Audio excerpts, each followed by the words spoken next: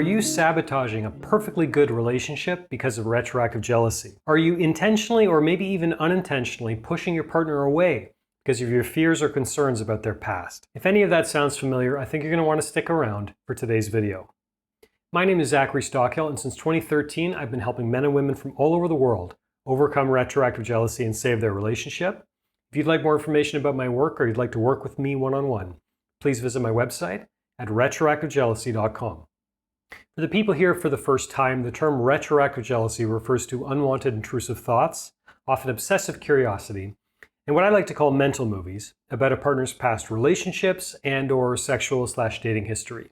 You can suffer from one of those symptoms, you can suffer from all three, but that's what we're talking about when I talk about retroactive jealousy. So how do you know if you could be unintentionally maybe sabotaging your relationship because of retroactive jealousy?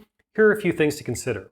Number one, are you constantly interrogating your partner? Are you asking your partner the same questions about their past over and over again, even though you keep getting the same or very similar answers? This is a form of relationship sabotage because it creates tension, it creates emotional distance between you and your partner.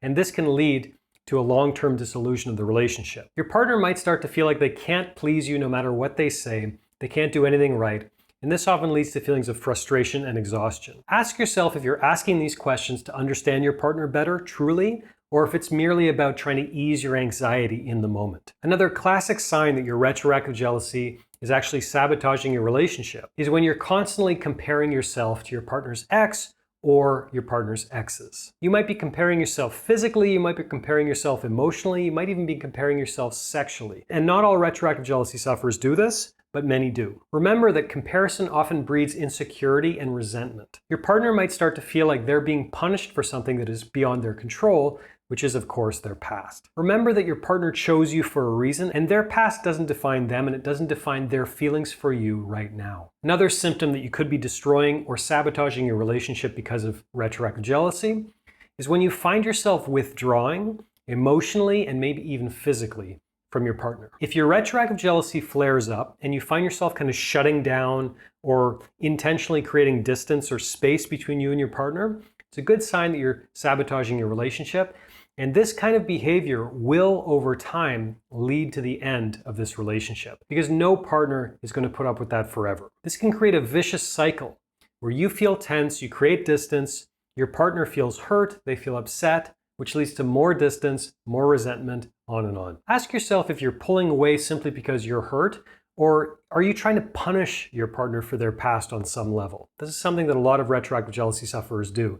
They withdraw, and on some level they're trying to punish their partner because of their feelings about their partner's past. Another sign that you could be sabotaging your relationship because of retroactive jealousy is if you're seeking constant reassurance from your partner. You might repeatedly ask your partner to demonstrate their love for you, that they're happy with you, that you're better than their ex, or you just want more details about their ex, or they're really over their ex, that kind of thing. This kind of reassurance seeking can be absolutely toxic to any relationship. While getting reassurance occasionally can be helpful, even healthy, constant validation, seeking constant attention, constant validation from your partner drains the relationship of its life, of its vitality. And eventually your partner might feel like they can never say the right thing, they can never do enough to truly scratch that itch, to truly satisfy you. So learn to note the difference between when you're looking for genuine connection, genuine comfort, and when you're merely feeding in to the deadly retroactive jealousy spiral of constant reassurance seeking. Another sign that you could be sabotaging your relationship because of retroactive jealousy is when you're constantly projecting your insecurities on your partner. If you constantly assume the worst about your partner's mood or about their thoughts or about their feelings in any moment based on your own fears, your own insecurities. When you project fear on your partner, it can turn into a self-fulfilling prophecy, and eventually trust can erode. Your partner might start to feel suffocated or untrusted, which could eventually drive them away.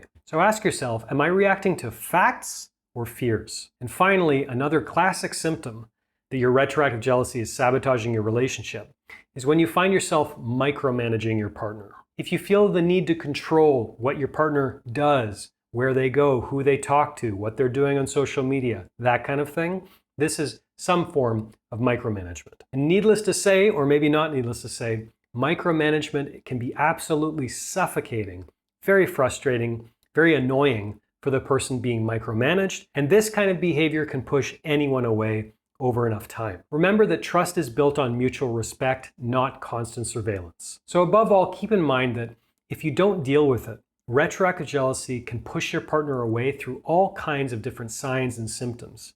And over time, everyone has their breaking point. It gives me no pleasure to say it, but it's so important to keep in mind. I don't care how devoted your partner is to you. I don't care how long you've been together. I don't care how much your partner loves you. Over time, if you keep sabotaging the relationship, they will hit their breaking point. And sometimes you can push things too far and there's no recovery possible. So if any of this resonated with you today and you want to get started beating retroactive jealousy right now, today, before it sabotages your relationship, I'd like to offer you a free 4-part video mini course. So these are videos that you won't find on this channel, you won't find anywhere else. You sign up, give me your email address, and over the course of about 1 week, I'll send you a 4-part video mini course on how to get started beating retroactive jealousy. It's absolutely free. You can unsubscribe anytime, no hard feelings. So click the link above my head or click a link in the description of this video to learn how to access my free 4-part video mini course on how to get started beating retroactive jealousy before it sabotages your relationship. Thanks for listening. Thanks for watching. If you benefited from this video, take a moment to let me know by clicking the like button below. Also be sure to make sure you subscribe to my channel to be notified of new videos moving forward. Leave a comment, tell me what you think, and I'll talk to you again very soon.